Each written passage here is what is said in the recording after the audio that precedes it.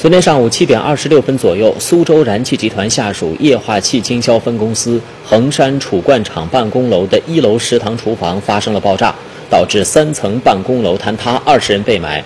据苏州市政府昨天晚上通报，被埋20人已经全部找到，11人经抢救无效不幸死亡，9人正在全力救治，目前没有生命危险。